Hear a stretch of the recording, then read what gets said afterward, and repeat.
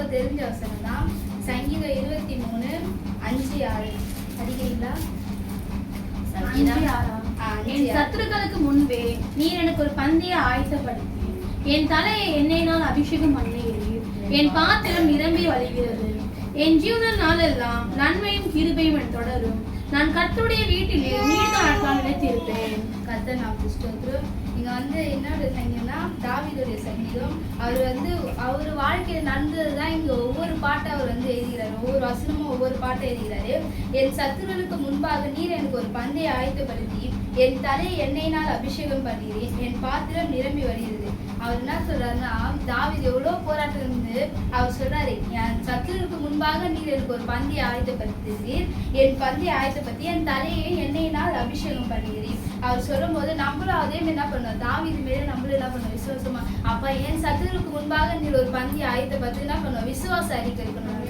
அப்ப விசுவாச அறியும் போது அவர் என்ன பண்றாரா, நம்மளோட தன்னையே எண்ணெயினால் அபிஷேகம் பண்ணுறது தேவனா இருக்கிறார். தாவீது அழைப்பு அப்படிதான் அவர் எண்ணெயினால அபிஷேகம் பண்ண ஆறுதல் வெளியில அதுதான் சொன்னார். உங்களுக்கு நான் என்ன பண்ணுவேன், அபிஷேகத்தை கொடுப்பேன். வாலிப பிள்ளைகளுக்கு என்ன பண்ணுவேன், அபிஷேகத்தை கொடுப்பேன்னு சொன்னார். அதே மாதிரி நம்மளுக்கும் வசனத்துல அதை என்ன பண்றாரு, உறுதிப்படுத்துறாரு. உங்களோட தலையில என்ன பண்ணுவார், அவரு எண்ணெயினால என்ன பண்ணுவாரா, அபிஷேகம். ஏன்னா நம்ம இன்னைக்குதான் அந்த ஊழியத்தை ஸ்டார்ட் பண்ண, அந்த ஊழியத்தை ஸ்டார்ட் பண்ண 4 ஏசப்ப என்ன சொல்றாரு, எண்ணெயினால அபிஷேகம் பண்ணுவேன்.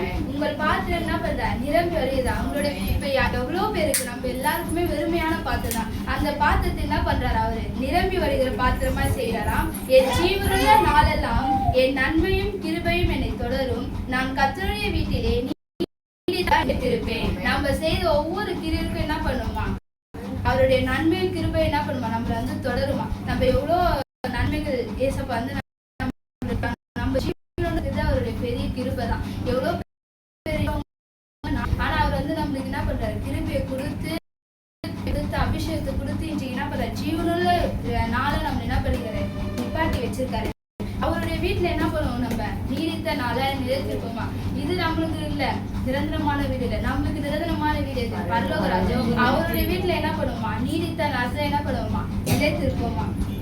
அதாவது சொல்றாரு, அவருடைய வீட்டுல என்ன பண்ணுவோம், நீடித்த நாட்களை நிறுத்திருப்போம். அதான் நம்ம விசுவாசம் இது அப்படிதான் போராடின போது அவருடைய முன்பாக அவருக்கு ஒரு பந்தி ஆயத்தப்படுத்தி அவர் என்ன பண்ணாரு, உயர்த்தி வச்சாரு. அதே போல நம்மளுடைய சத்துருக்கு எதிராக என்ன பண்ணாரு, ஒரு பந்தி ஆயத்தப்படுத்தி அவங்க சத்துருக்கு முன்பாக நம்ம என்ன பண்ணலாம், உயர்த்தி வைக்கிறது. உங்களுக்கு தெரியும், உங்களுக்கு என்னென்ன சத்துருக்கு உங்களுக்கு தெரியும். வாழ்க்கையில தடை எவ்வளவு தடைகள் நம்ம இருக்கு. அது நடுவில் என்ன பண்ணலாம், சத்துருக்கு நடந்து. ஏன்னா புற ஜாதி கண்கள் எப்ப இந்த குடும்பத்தை விழுங்கலாம், எப்ப இந்த பசங்க இப்படி வழி மாறி போவாங்க, எப்ப இப்படி போவாங்க. ஆனா சத்துருடைய கண்கள் என்ன பண்ணா கவனிச்சே கொண்டு இருக்கிறா. ஒவ்வொருத்தரு மேல என்ன பண்ணா கவனிச்ச. ஆனா அவர் என்ன சொல்றாரு, அவங்களுக்கு முன்பாக என்ன பண்ணுவாங்க,